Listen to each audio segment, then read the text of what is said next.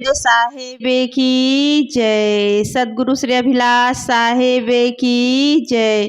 संत समाज की जय। भक्त समाज की जय।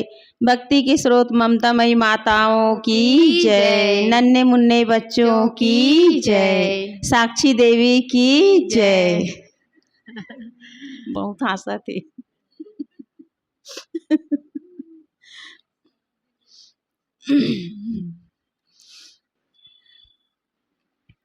ध्यान मूलम गुरुर्मूर्ति पूजा मूलम गुरुपदम मंत्र मूलम गुरुर्वाक्यम मोक्ष मूलम गुरु कृपा गुरुर्देवो गुरुर्धर्मो गुरुर्निष्ठा परम तपः गुरु परतरम नास्ति नास्ति तत्वम गुरु परम।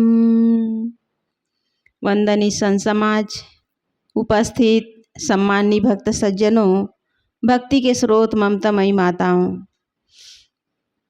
आप लोगों के समक्ष मैं भी अपना कुछ विचार रखने जा रही हूँ। हम लोग अपने व्यवहारिक जीवन में, आध्यात्मिक जीवन में स्वर्ग और नरक के बारे में तरह तरह के हम चर्चा सुनते हैं। बचपन में बड़े बुजुर्ग बच्चों को कहानियां सुनाते थे, स्वर्ग के बारे में, नरक के बारे में, भगवान के बारे में कहानियां बताते दादा दादी, और नरक के बारे में भी बताते थे कि भूत प्रेत, चुड़ैल, डायन और नाना प्रकार के भय बताते थे। तो ये तो बच्चों के लिए एक मनोरंजन कहानियां हैं। बच्चे भूल भी जाते हैं, बचपन में जो कहानियां सुनते हैं बच्चे भूल भी जाते हैं, क्योंकि मनोरंजन के लिए सुनाया जाता था। लेकिन आज बच्चों को कहानियां नहीं सुनाई जाती। जो नौजवान हैं और जो बड़े बुजुर्ग हैं उनको कहानियां बताई जाती है। और कहानी बताने वाले कौन हैं? कथाकार लोग। बड़े बड़े कथाकार लोग लाखों की भीड़ में स्वर्ग और नरक की व्याख्या करते हैं, लोगों को बताते हैं। जो साधारण लोग हैं, पढ़े लिखे लोग हैं, बड़े बड़े अफसर, बड़े बड़े कर्मचारी, बड़े बड़े राजनेता, उनको बताया जाता है कि स्वर्ग और नरक क्या है। स्वर्ग की व्याख्या बताते हैं कि स्वर्ग में जीवन जो है आनंद से भरा होता है, आनंद ही आनंद है स्वर्ग में। जीवन में किसी भी प्रकार की दुख नहीं है।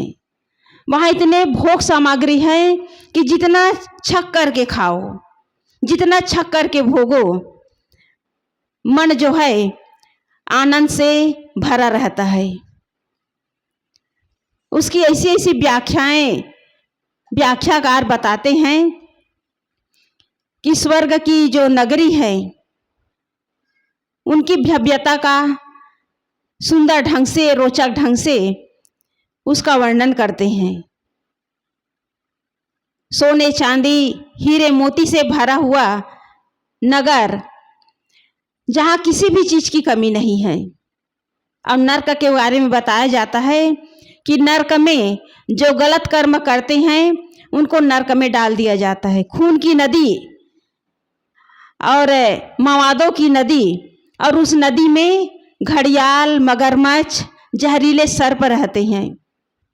कितने ऐसे गलत कर्म करने वालों को उबलते हुए बड़ा कड़ाहा रहता है, जिसमें तेल उबलता रहता है, उसमें डाल दिया जाता है। इस तरह भयानक लोगों के अंदर उनकी भयानक चर्चा करते हैं, भय बनाते हैं। लेकिन जो कथाकार जो हैं न तो स्वर्ग को देखे हैं न नरक को देखे हैं, केवल उनकी व्याख्या करते हैं। और लोगों के अंदर जो स्वर्ग है उसके प्रति उनके मन में एक लालच, एक लोभ पैदा करते हैं कि तुम्हें स्वर्ग मिलेगा, और नरक का भय डालते हैं। यदि तुम यज्ञ हवन नहीं करोगे, दान पुण्य नहीं करोगे, तीर्थों में जाकर के पिंडदान नहीं करोगे, मंदिरों में जाकर वहाँ दान दक्षिणा नहीं करोगे, तो तुम्हें नरक में जाना पड़ेगा। इस तरह लोगों के अंदर एक भय डाला जाता है, और साधारण जनता विवेक और विचार नहीं करते। केवल उनकी केवल कोरी कल्पना बातों में आकर के अपने अंदर एक भय बना लेते हैं। स्वर्ग के प्रति लोभ, वहां जाने के लिए मन में लोभ पैदा होता है, और स्वर्ग के प्रति मन में भय पैदा होता है। ये लोभ और ये भय आज लोगों के अंदर इस तरह बैठ गया है कि लोग जो है आंख मूंद करके मान लेते हैं। किसी ने आज तक न स्वर्ग को देखा है न नरक को देखा है। बताते हैं कि ऊपर आकाश में स्वर्ग है, लेकिन कहीं स्वर्ग नहीं है। स्वर्ग और नरक किसी परमात्मा ने, किसी देवी देवता ने नहीं बनाया है। यदि बनाया होता तो आज उसका कुछ साक्षात रूप, उसका कुछ प्रत्यक्ष रूप सामने देखने को मिलता। ये स्वर्ग और नरक हमारे हाथ में है, हमारे जीवन में है। जो हम व्यवहार करते हैं, जो हम अपने अंदर जो विचार लाते हैं, उसके आधार पर हमारे जीवन में स्वर्ग और नरक पैदा होता है। ये मानव जीवन हमें मिला हुआ है प्रेम से और एक दूसरे के साथ भाईचारे की भावना से व्यतीत करने के लिए। यदि हमारे अंदर सेवा सहयोग की भावना नहीं, हमारे अंदर दूसरे के दुख दर्द को समझने की भावना नहीं, तो हमारे जीवन में स्वर्ग कहाँ से उतरेगा? क्योंकि स्वर्ग का अर्थ ही होता है सुख से जीवन जीना, और सुख से जीवन तभी जी सकते हैं जब हमारे अंदर दूसरे के जो दर्द है उसे हम समझें, उसे पढ़ें, और उसके दुख को, उसके दर्द को हम दूर करने का प्रयास करें। तब हमारे जीवन में स्वर्ग उतरेगा, तब हमें सुख की प्राप्ति होगी, तब हमारा जीवन सुंदर बनेगा। सुंदर जीवन ही स्वर्ग है। और जब हमारा सोच ही ठीक नहीं है, हमारा व्यवहार ही ठीक नहीं है, हमारा आचार ही ठीक नहीं है, तो हम कहीं भी रहें, हमारे जीवन में केवल उलझन, अशांति और तनाव ही हमारे जीवन में पैदा होगा, और उसके बदले में मिलेगा केवल दुख। और जिसके जीवन में दुख है, उसके जीवन में कभी स्वर्ग उतर नहीं सकता। इसलिए मुख्य बात है कि हमारे अंदर सहयोग की भावना होनी चाहिए। और सहयोग की भावना कहाँ होनी चाहिए? प्राणियों के प्रति। जो हमारे बीच परिवार के लोग हैं, पड़ोस के लोग हैं, रिश्ते नाते हैं, गरीब हैं, लाचार हैं, मजबूर हैं, जिनके आगे पीछे कोई नहीं है, उनके प्रति सेवा और सहयोग की भावना। क्योंकि मनुष्य का सबसे बड़ा धर्म है सहयोग, अपने प्रति, दूसरों के प्रति सहयोग की भावना रखना। ये सबसे बड़ा धर्म है। और जिसने अपने जीवन में धर्म का पालन कर लिया, निश्चय ही उसका जीवन स्वर्ग बन जाएगा। इसलिए यदि हम अपने जीवन में स्वर्ग स्थापित करना चाहते हैं, स्वर्गमय जीवन जीना चाहते हैं, तो हम औरों के साथ सहयोग की भावना रखें। और ये भाव तभी होगा जब हमारे अंदर मानवता होगी, हमारे अंदर इंसानियत होगा। क्योंकि एक इंसान ही इंसान का सहयोग कर सकता है, एक मनुष्य ही मनुष्य का सहयोग कर सकता है। और मनुष्य के प्रति यदि हमारे मन में सेवा सहयोग की भावना है, तो निश्चय ही हमारे जीवन में किसी भी प्रकार का अभाव नहीं होगा। जितने भी भौतिक चीजें हैं, ये मनुष्यों के सहयोग से ही मिलता है। चाहे भोजन हो, वस्त्र हो, मकान हो, मोटर गाड़ी हो, जितनी भी भौतिक चीजें हैं, ये मनुष्य के सहयोग से ही मिलता है। और यदि मनुष्य इसमें सहयोग ना करे, न तो हम मकान बना पाएंगे, न हम खेती बाड़ी का काम कर पाएंगे, न हम खेत में फसल उगा पाएंगे, न जितने भी भौतिक संसाधन हैं उसको हम प्राप्त कर पाएंगे। बिना सहयोग के हम कुछ नहीं कर पाएंगे। इसलिए जीवन में हम एक दूसरे के प्रति सहयोग की भावना रखें, एक दूसरे के दुख दर्द को हम समझने का प्रयास करें। एक घटना है, एक डाकिया था और उसका काम था, जो उसके पास डाक आया रहता है, मनी आर्डर, लिफाफा, कार्ड, उसको बांटना। तो डाकिया जो है पैदल, पुराने ज़माने में डाकिया जो है पैदल चलते थे, अब तो यातायात का साधन है। तो डाकिया जो है पैदल डाक बांटने के लिए निकला। कई जगह गए, एक गांव दूसरे गांव, कई गांव गए घूमते घूमते। अंतिम में एक नए पते पर मनी आर्डर आया हुआ था। उस पते पर वो कभी नहीं गया था।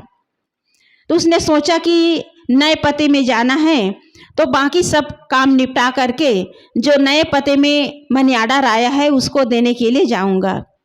सब जगह कार्ड, लिफाफा बांटते हुए, पत्र बांटते हुए अंतिम में उस घर में पहुंचा। दरवाजा खटखटाया और आवाज भी दिए कि डाकिया आया है, तुम्हारे नाम का मनी आर्डर आया है। अंदर से आवाज आई, अंदर से किसी लड़की की आवाज आई कि डाकिया बाबू, पत्र जो है वहीं दरवाजे पर छोड़ दो।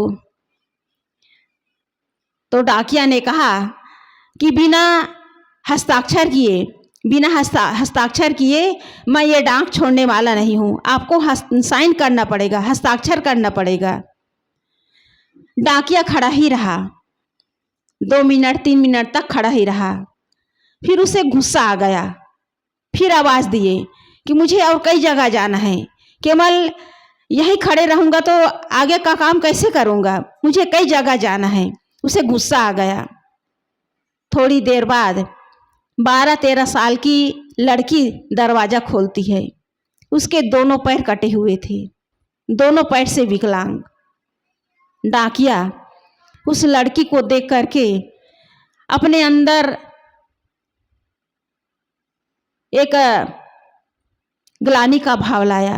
अपने वो शर्मिंदा हो गए कि मैं बिना सोचे समझे, बिना देखे सुने इस पर मैं गुस्सा हो रहा था और ये लाचार है, बेबस है। उसे बहुत दुख हुआ। लड़की जो है हाथ के सहारे घसीटते हुए आई और कहने लगे कि काका जी लाओ, कहाँ साइन करना है, कहाँ हस्ताक्षर करना है। हस्ताक्षर किए और मनी आर्डर दे करके चले गए। 1 सप्ताह बाद फिर उसी पते पर फिर मनी आर्डर आया। डाकिया जो है दरवाजा खटखटाया और कहने लगा, उस समय तो कहे थे कि दरवाजा खोलो और मैं बिना साइन के मनी आर्डर नहीं दूंगा, लेकिन उस समय डाकिया जो है उसका भाव बदल गया था। उसने कहा कि बेटी, आपके नाम का मनी आर्डर आया है और मैं दरवाजा के पास छोड़ कर जा रहा हूँ, तुम बाहर मत आओ। तो अंदर से वो लड़की आवाज देती है, नहीं काका रुको, मुझसे मिल करके जाना, मैं बस 2 मिनट में आ रही हूँ। अंदर से आवाज दी। वो लड़की जो है अंदर से आई। उसके हाथ में एक गिफ्ट था और वो डाकिया को उस गिफ्ट को थमाते हुए कहा कि काका इस गिफ्ट को ले जाओ और यहाँ मत खोलना, घर ले जा कर के खोलना। डाकिया जो है उसे आश्चर्य लगा कि ये अपाहिज है, विकलांग है और मेरे लिए कहाँ से गिफ्ट लेकर के आई है और पता नहीं इस गिफ्ट में क्या है। वो घर गया, गिफ्ट को खोला तो उसमें जूते थे। वो डाकिया एक गांव से दूसरे गांव जाता था, लेकिन उसके पैर में जूते नहीं थे। परिस्थिति ऐसी थी, गरीब हालत में थे। जूते को देख करके उसे सीने से लगा करके डाकिया रोने लगा और कहने लगा कि बेटी, तुम्हारे पैर नहीं है, तुम विकलांग हो, लेकिन आज तक किसी ने मेरे ऊपर ध्यान नहीं दिया। मैं कई बड़े घरों में कर्मचारियों के यहाँ, बड़े बड़े अफसरों के यहाँ, बड़े बड़े नेताओं के यहाँ डाक पहुँचाने जाता हूँ, लेकिन किसी ने मेरे ऊपर ध्यान नहीं दिया। लेकिन तुम गरीब, लाचार और विकलांग आज मेरे ऊपर दया की हो। जूते को सीने से लगाकर वो डाकिया जो है रोने लगा और कहने लगा कि बेटी मैं तुम्हें क्या दूं? तुम तो मेरे पैर के लिए जूते दे दिए, मैं तुम्हें पैर भी नहीं दे सकता। वो रोने लगा। तो इस प्रकार हमारे अंदर जो गरीब हैं, लाचार हैं, जो बेबस हैं, उनके प्रति हमारे मन में संवेदनशीलता होनी चाहिए। संवेदनशील एक बहुत बड़ा संदेश है। दूसरे के दुख दर्द को समझना और उसे दूर करना, उसके प्रति सहयोग की भावना रखना, ये सबसे बड़ा हमारे जीवन के लिए सबसे बड़ा धर्म है। हमारे लिए ये सबसे बड़ा हमारे जीवन का कर्तव्य है। इस कर्तव्य को यदि पालन कर लिए तो निश्चय ही हमारे जीवन में स्वर्ग उतर आएगा। इसलिए हम किसी के पैर के जूते बने। किसी के दुख को दूर करने के लिए हमारे मन में सुंदर भाव होना चाहिए। हम किसी के दुख को, किसी के आंसू को पोंछ सके, ये हमारे अंदर भाव होना चाहिए। तब हमारे जीवन में स्वर्ग उतरेगा। बाहर कहीं स्वर्ग नहीं है, स्वर्ग हमारे जीवन में है, हमारे हाथों में है, हमारे व्यवहार में है, हमारे विचार में है। केवल जीने की आवश्यकता है। उस दिशा में हम कदम बढ़ा करके तो देखें, हमारे जीवन में कितना सुख, कितना आनंद बरसेगा। इसलिए बाहर जो स्वर्ग की कल्पना बताते हैं, स्वर्ग की व्याख्या करते हैं, वो बाहर कहीं आकाश में स्वर्ग नहीं है। हम केवल अपने दिनचर्या में हम बदलाव लाएं, घर परिवार में प्रेम से रहें, घर परिवार में हम सेवा सहयोग की भावना से रहें, तो निश्चय ही हमारा जीवन स्वर्ग बन सकता है। लेकिन कितने ऐसे लोग हैं अपने जीवन को नरक बना डालते हैं। किस कारण? झूठे स्वार्थ और अहंकार के कारण। झूठे स्वार्थ और अहंकार में यदि हमारा समय और शक्ति बीत रहा है तो निश्चय ही हमारा जो जीवन है नरक की ओर ही जाएगा। क्योंकि आज समाज ऐसी दिशा में चल रहा है कि लोगों की बुद्धि जो है केवल कुंठित हो गई है, संकुचित हो गई है। केवल अपने लिए सोचते हैं, केवल हमारा लाभ हो, हमारा काम बन जाए, हमारा कार्य सिद्ध हो जाए। दूसरे को दुख हो, पीड़ा हो, नुकसान हो, इसकी परवाह लोगों को नहीं है। और ऐसा जीवन जीने वाला अपने जीवन में केवल नरक ही अपने जीवन में हासिल करते हैं। नरक में ही उनका जीवन चला जाता है। उन्हें कोई सेवा सहयोग करने वाला नहीं मिलता। जो स्वार्थ में, झूठे अहंकार में जीवन जीते हैं, उसे कोई सेवा सहयोग करने वाला नहीं मिलता। चाहे उसके पास लाखों करोड़ों की संपत्ति हो, अंतिम में वो अकेला हो जाता है। ये प्रकृति का एक सिस्टम है, प्रकृति का नियम है। जो हम बोते हैं वही हमको मिलता है।